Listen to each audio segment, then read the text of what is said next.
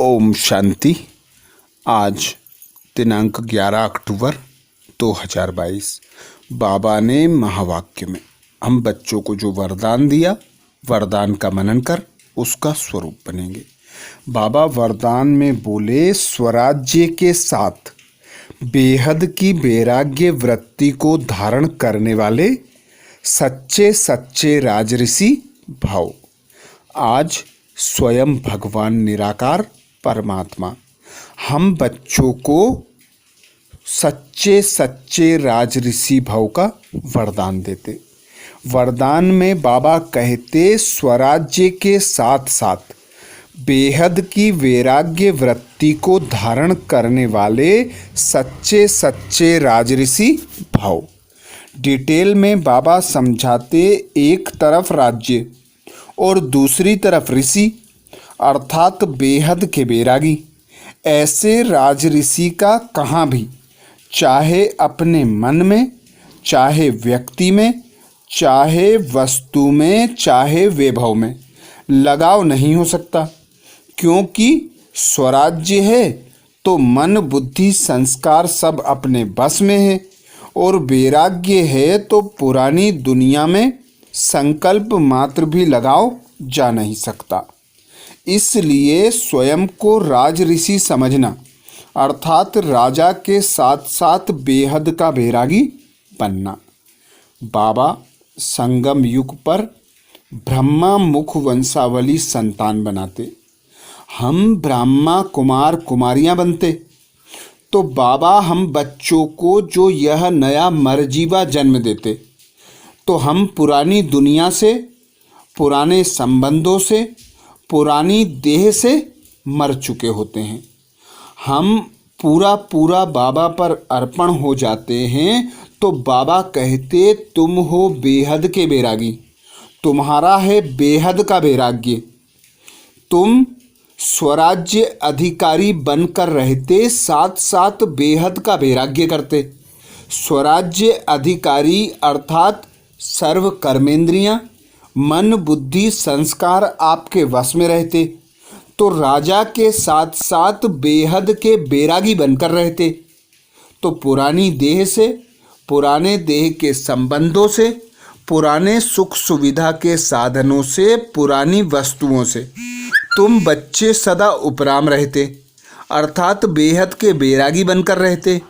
और जब खुद को मालिक आत्मा राजा अनुभव करते, तो स्वराज्य अधिकारी बन अपनी कर्मेंद्रियों व ज्ञानेंद्रियों पर पूरा नियंत्रण रखते, अर्थात अपनी इच्छा के अनुसार जब चाहे वहाँ स्थित कर दो, जो चाहे वो खाओ, और जहाँ चाहो वहाँ मन बुद्धि को एकाग्र कर लो। तो सदा बाबा पर मन बुद्धि को एकाग्र करके रखना, स्वराज्य अधिकारी बनकर रहना, और पुरानी दुनिया से, पुराने देह से, सुख सुविधा के साधनों से उपराम होकर न्यारे कमल फूल समान एक बाप के प्यारे रहना। यही बाबा कहते राज ऋषि बच्चों की निशानी है।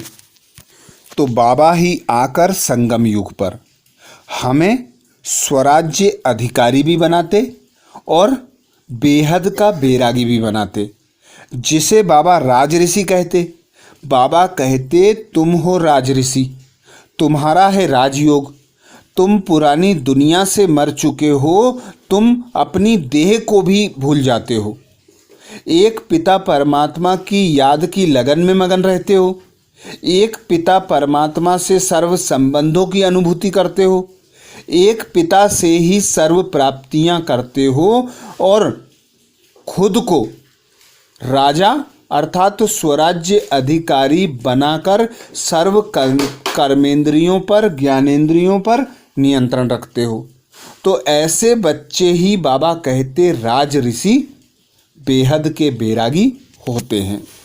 स्लोगन में बाबा कहते, समझदार वह है जो सब आधार टूटने के पहले एक बाप को अपना आधार बना ले। समझदार वह है जो सब आधार टूटने के पहले एक बाप को अपना आधार बना ले। अर्थात बाबा कहते, यह अंतिम जन्म है, सामने विनाश खड़ा है। तो समय के पहले, मौत आने के पहले, शरीर छूटने के पहले बाबा कहते एवर रेडी हो जाओ, संपूर्ण संपन्न बन जाओ।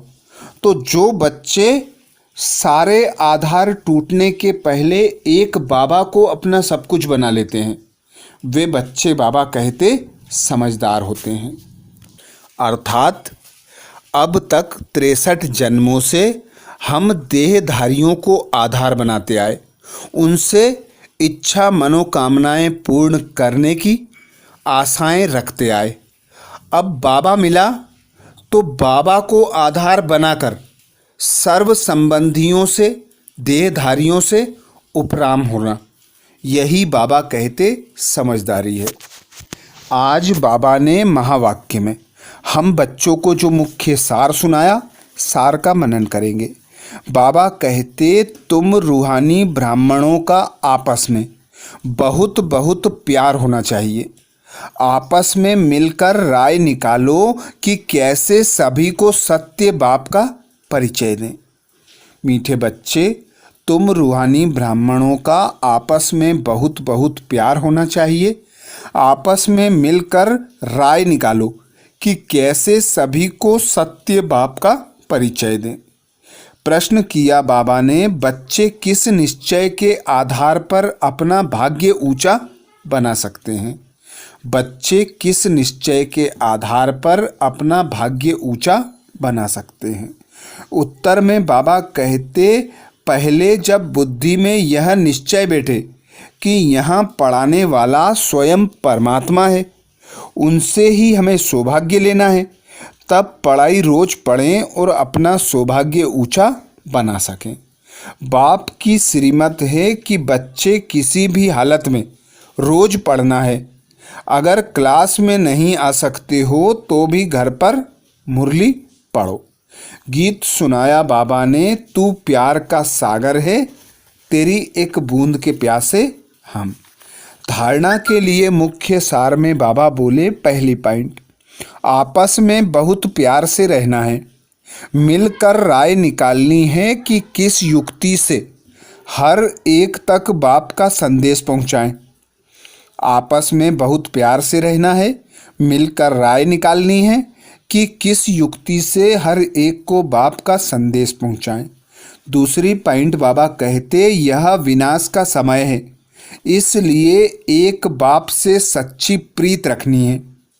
योग से आत्मा को पावन बनाना है।